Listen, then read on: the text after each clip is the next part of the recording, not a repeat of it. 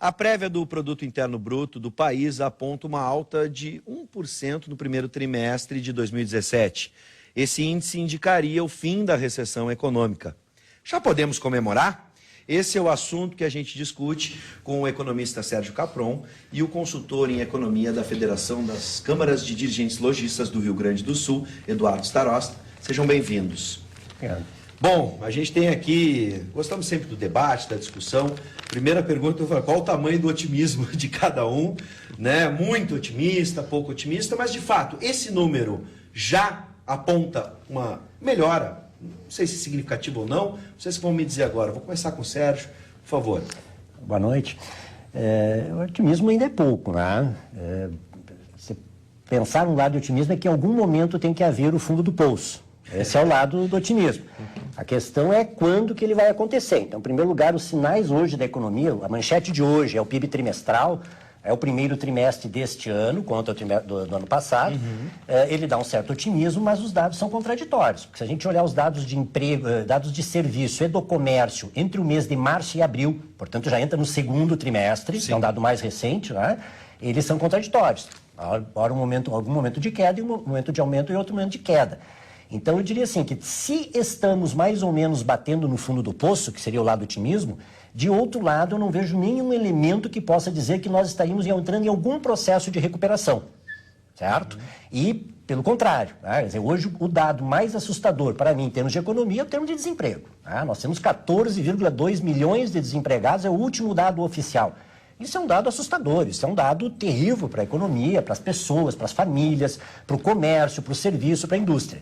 E nenhum indicador que isso possa ter alguma reversão. Nem no cenário externo, nem no otimismo da economia. Posso comentar na sequência um pouco os investimentos, que é um dado importante, a taxa de juros, né? E muito menos ainda do ponto de vista da política econômica. Exceto o otimismo no marketing e na propaganda do governo. Está do lado dele, né? A propaganda do governo, nós temos uma ofensiva, vim escutando no rádio há pouco, né? No rádio, nas televisões, muita mídia paga do governo tentando passar um otimismo. O problema é que os fatos não correspondem a este discurso. Bom, antes de passar para o Eduardo, eu quero lembrar que a nossa discussão está em aberto também para os telespectadores. Você pode participar pelo... Estou aqui? Agora eu estou aqui. Agora eu estou aqui, agora sim eu estou aí com você e você pode participar com a gente na nossa conversa pelo WhatsApp 99588-2374, 99588-2374 pelo WhatsApp. Você pode mandar o seu comentário e a sua pergunta para os nossos convidados. Bom, Eduardo, a grande pergunta é essa, né? Se essa melhora já efetivamente está chegando, por exemplo, lojista que vai empregar alguém, ou está chegando até mesmo na casa dos brasileiros. Bom, boa noite a todos. Em nome da FCDL, eu agradeço mais uma vez o convite da Ubra TV. Prazer estar aqui. Olha, nós analisamos exaustivamente os movimentos econômicos do Brasil e do Rio Grande do Sul. E esse dado do Banco Central, me desculpe, de crescimento de 1,05% do PIB em março frente a março do ano passado, e um crescimento um pouco menor ao nível trimestral, já que teve uma queda de 0,6% em fevereiro, ele mostra, sim, uma tendência de recuperação. Mas que recuperação é essa? Nós podemos ter várias leituras de o que é essa recuperação. Se nós compararmos, por exemplo, com o ano passado, a economia está um pouquinho melhor.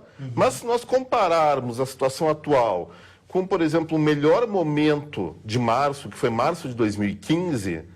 nós estamos devendo ainda 5,48%. Sim. Ou seja, nós entendemos que chegamos no fundo do poço, nós entendemos que agora a economia brasileira recomeça a dar bons sinais de crescimento, mas tênue, muito pequeno, tá? Mas é um crescimento, evidentemente, insatisfatório para as demandas e potencial do país. Sim. O que poderia complementar? Que isso aí não é uma questão de hoje, é uma questão que vem há décadas. O Brasil vem marcando passo há décadas no crescimento e desenvolvimento social desse país. Tá? Eu tenho os dados que desde os anos 80, a partir dos anos 80, o Brasil sempre cresceu menos que o mundo. Por exemplo, enquanto o mundo crescia uma média anual de 3,3% na década de 80, o Brasil ficava em 1,6%. Na década de 90, o mundo continua 3,3%, o Brasil 2,5%. Nessa metade década de 2000, Brasil 3,6%, mundo 3,4%, 3,94%. Sim. E, finalmente, nos primeiros de 2011 a 2016, esses primeiros 5 anos dessa década, Brasil menos 0,71% e o mundo 2,85%. Mesmo falando de crise global, coisa e tal, o mundo sempre cresce mais do que o Brasil. Então, minha gente, eu acho que não é uma questão de avaliar só a conjuntura do país, mas o que nós estamos fazendo de errado com o nosso país há mais de 40 anos.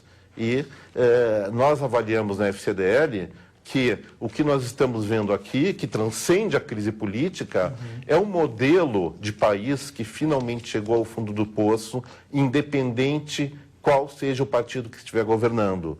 Esse tipo de economia engessada, que o mundo não tem, o Brasil tem, juros elevados, endividamento excessivo, altas taxas de juros, simplesmente não deu certo para ninguém e nós temos um desafio muito grande pela frente. Sim, nós podemos discutir o desemprego, nós podemos discutir uma outra coisa que é o nível de emprego, que até tem melhorado um pouquinho, tá? Mas tem muita gente procurando emprego, mas tem que discutir também, é essencial discutir o que vai ser do futuro desse país. Sim, e é nesse ponto que eu quero agora chegar. Por exemplo, aqui o governo fez movimentos para conter a inflação, tá? Imediatos. Entre eles, o aumento da taxa de juros em determinado momento. Agora, a inflação baixa é decorrência do quê? Né? E dessas medidas, isso que a gente estava falando, vamos ampliar até o debate. Eu estou vendo assim, ó, o mau aluno, o brasileiro é aquele mau aluno, se a gente for pegar esses números, em cima desses números, o que a gente faz de errado na nossa economia? O Eduardo usou o termo economia engessada, para que a nossa economia sempre esteja crescendo abaixo dessa média. Estou pegando esses números, a gente pode até discutir eles depois. Mas parece que, por exemplo, questões estruturais, né, o investimento em tecnologia, indústria, o que a gente erra para a gente ser esse mau aluno que passa, às vezes, na média, com as calças na mão, na recuperação? Sem dúvida, acho que a tua questão é importante, ela daria um debate bastante longo, assim, mas para situar... acho que as questões mais estruturais hoje, do ponto de vista da ausência de infraestrutura, e a infraestrutura vai de transportes, da logística até habitação e saneamento, que vão repercutir nos gastos de saúde elevado, porque as pessoas ficam doentes e vão para os hospitais porque não tem saneamento, e é uma realidade dura, falta essa infraestrutura, e nosso processo de desindustrialização, que ele é muito crônico. Então, este processo, que é esse ciclo que o mundo viveu dos anos 80 para cá, e o Brasil entrou especialmente nos anos 90, mas também um pouco nos 80, desta abertura total, desta livre movimentação de capitais especulativos, que tiram margem do governo poder fazer política econômica e promover a indústria, isso acabou com os nossos empregos industriais, que, diga-se de passagem, eles ainda são importantes, eles perdem em proporção, mas são eles os que trazem os melhores salários ainda, especialmente vinculado à tecnologia, e tem o maior efeito propagador para a economia. Então, pensando em termos macro, é isto. Num prazo mais recente, para a gente olhar o futuro imediato também, me parece que esta política que está em curso, especialmente de 2015 para cá, na virada de 2014, ela é uma política, na minha opinião, absolutamente equivocada. Quer dizer, se nós estamos neste fundo do poço e ela é a maior recessão da história do Brasil em tempo, ela tem esse cenário estrutural da economia, tem o cenário ainda adverso da economia mundial, mas tem muito da política econômica, que foi deliberadamente uma política de gerar desemprego. O objetivo era combater a inflação, segurar a economia para combater a inflação. Mas será que estava correto o diagnóstico, que era uma inflação de demanda, porque as pessoas estavam consumindo demais? Se estava correto o diagnóstico, por que ela não fez efeito no primeiro ano, que era o objetivo em 2015? Por que se alastrou em 2016 e segue em 2017? Então, me parece que o governo erra na dose. Mantém uma taxa de juros extremamente elevada, uma das maiores do mundo, né, conforme foi comentado. Deve anunciar nos próximos dias o Copom uma queda da taxa de juros, mas nós não podemos nos enganar, porque ela, se vai cair de 11,25 para 10, que é a aposta mais otimista, ainda assim nós vamos estar com uma taxa de juros reais de 5, 6%. A Argentina tem 3,5%. O México tem 2,6% de taxa de juro real, ou seja, a diferença da nominal, tirando a inflação, quanto é a taxa de juros real. É altíssima. E o governo, num corte de gastos aí tremendo, quer dizer, tanto por um lado segurando a demanda, segurando os investimentos, a gente acompanhando, né, aqui o polo naval, para nós pegar uma indústria que era emergente numa região que era deprimida do Estado. É uma tragédia a gente ver lá um navio em construção, 3 mil operários demitidos, equipamentos de altíssima tecnologia lá, sendo sucateados, virando ferrugem, por uma opção estratégica do governo de dizer não, a Petrobras não vai mais comprar da indústria nacional, vai importar agora, ou seja, tem motivos. Eu quero dizer que essa economia lá embaixo, ela tem motivos externos, estruturais e da política econômica. E olhando esses elementos é que eu não consigo ver o otimismo para frente de recuperada. Por quê? Desemprego em alta, não estancou o desemprego, rendimento em viés de baixa, portanto as pessoas não há expectativa que as pessoas vão consumir mais, a formação bruta de capital fixo, ou seja, o investimento. O último dado trimestral do governo, das contas nacionais indicou queda. Ou seja, o setor produtivo está investindo menos ainda. Então, dali também não vem demanda. Sim. O governo diz que continua enxugando as contas. Os municípios e os estados estão quebrados, porque a economia caiu, a arrecadação caiu, estão quebrados. Então, da onde que vai vir a recuperação da economia? Pois é, E mesmo chega porque está acabando com o meu otimismo. Tá? Antes de passar para o Eduardo, vamos a algumas questões de telespectadores. Estatísticas é bonito o papel. Pergunta para os dois como o povo vai se alimentar com os preços exorbitantes da comida. Lembrando que somos a maioria. Lembra o Maurício. Obrigado pela participação, Maurício. A Mariellen e Claudete, é isso? Boa noite. Sou Mauro Silva, de Porto Alegre. Parabéns pelo programa. A pergunta: o brasileiro está trocando de profissão para driblar a crise, né? Eu vou pegar essa pergunta, né, do Mauro Silva, e em cima da análise do Capron, porque assim, num determinado momento se aumentou os juros para segurar a inflação. Aí, pau no povo. Aí agora baixa os juros, determinado momento os juros estavam baixos e a inflação lá em cima. Pau no povo. Parece que se correr o bicho pega, se ficar o bicho come. A gente tem que procurar outras respostas aquém desses movimentos, como lembrou o Capron. É por aí, vocês também representam os lojistas, que acaba não ficando bom para ninguém nessa situação. Olha, eu vou concordar em parte com o Capron. Realmente, tá? O governo trabalhou com doses erradas, tá? Aumentou juros por conta de uma inflação que não era de demanda, era uma inflação de emissão monetária. Ou seja, o governo com déficit de caixa, que é histórico, eu tenho dados sobre isso, tá? Tinha que financiar mais o seu déficit, a sua conta em vermelho, e passou a emitir moeda. Foi isso que causou a inflação, porque a inflação, a famosa inflação de demanda, é aquela que tem muito dinheiro e as pessoas querem consumir. Mas o consumo estava caindo em 2014 já. A partir do 7-1 que nós levamos da Alemanha, parece que o pessoal ficou meio desanimado e resolveu parar de consumir. Mas coincidiu, não é por causa disso, mas coincidiu. E com relação à pergunta, ou uma das perguntas, eu até usaria, nós estamos com músicos excelentes aqui, eu vou me lembrar de uma música, uma canção fantástica da época dos anos 80, que era Desgarrados, eu acho que era do Mário Barbará. Sim. Que numa certa estrofe ele diz: nunca mais será, mas o que foi. Né? Sim. O que... Mas o que é lindo isso aí, mas isso aí expressa muito o que vai ser do nosso futuro. Gente, o que eu tenho para dizer para vocês?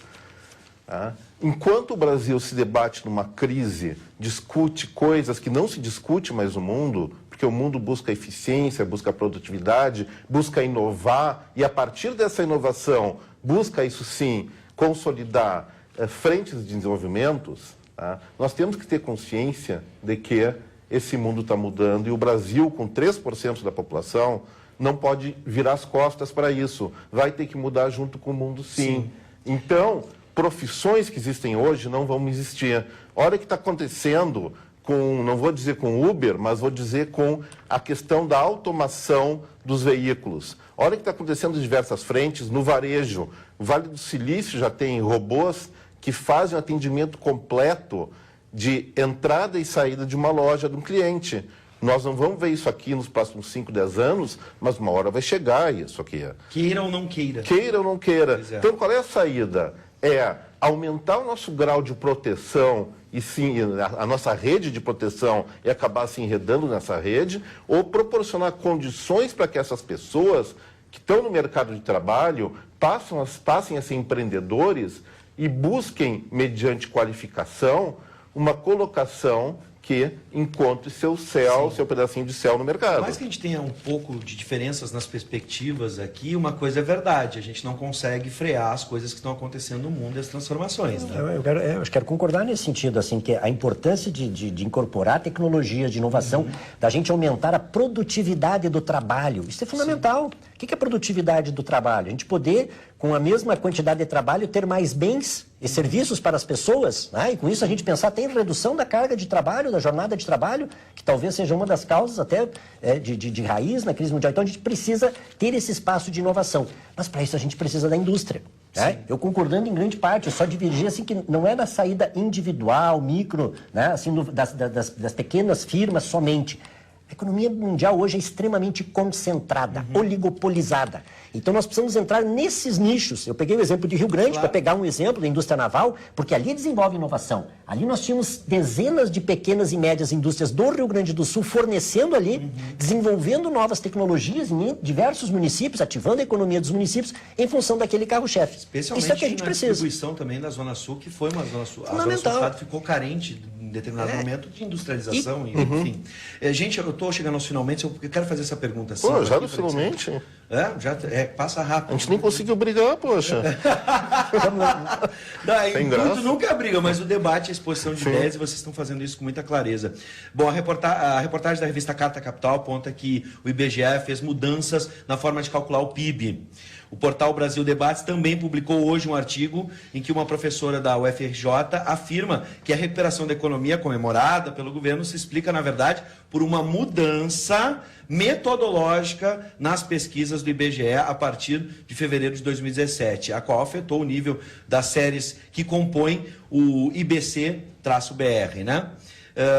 O indicador usado para medir a atividade econômica, por exemplo. A recuperação é ilusória. A gente falou, os números às vezes são frios. A gente realmente tem um número positivo agora na área técnica de vocês? Ele ainda é difícil compreender, como eu falei no início, né? Tem dados contraditórios, né? Ainda tem dados para... Quando nós tivermos diversos indicadores convergindo para um crescimento, a gente diz, opa, agora há um sentido. Sim. Ainda não é isso.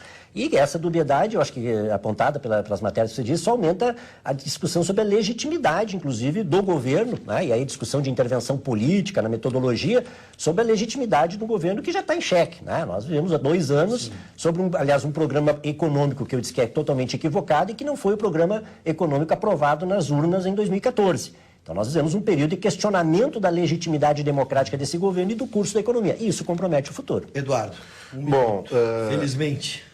Bom, o que nós diríamos? Que o papel e a estatística, conforme os seus pressupostos, pode chegar aos resultados mais diferentes possíveis. Mas o que eu espero, o IBGE eu considero um instituto sério. Eu acredito que no momento que eles fizeram uma mudança metodológica, eles não compararam boi com abóbora, compararam boi com boi. Provavelmente devem ter feito uma modificação na matriz de participação econômica dos setores no Brasil, porque tem segmentos, especialmente na área de serviço, que tende a crescer, a indústria tende a cair, a agricultura, no caso atual, teve super safra, então muda os ponderadores, pode ter acontecido isso, para validar. E quanto à questão da legitimidade ou não do governo, eu acredito que ele faz parte de um processo legal. Agora o próprio Temer vai ser colocado em xeque em função da chapa. Então, para mim, enquanto os 3 poderes, mal ou bem, estejam funcionando, meio capengas, mas estão funcionando, ele é legítimo. Mas eu diria o seguinte, pelo menos usando a palavra da FCDL, as medidas atualmente adotadas pelo Temer de flexibilização das relações do trabalho, apoio à terceirização, nós consideramos legítimas e promissoras para o futuro. Mais 2 debates aí encaminhados. É para provocar mesmo. É que nós queremos mais tempo, aí eu estou provocando ele. Eu vou te dizer uma coisa assim, eu não sei se a gente vai concordar em tudo, mas uma coisa a gente concorda. O fundo do poço parece que a gente está começando a sair. Sim. Parece. Não sei, eu não sou Não otimista. sei se tira toda a cabeça, mas pelo menos a testinha já apareceu. Não, toda a cabeça, para tirar desculpa, só quando a gente recuperar de março os 5,5% perdidos. Talvez seja uma das explicações de ter uma crise tão profunda, quer dizer, gerar o desemprego, diminuir os salários e também criar um clima mais favorável para essas medidas tão amargas ao povo. É o famoso meio copo cheio, meio vazio. Vamos ver o quanto está meio cheio, meio vazio. Exato. Obrigado aos nossos convidados, sejam sempre bem-vindos. Agora eu vou falar de rock and roll, tá?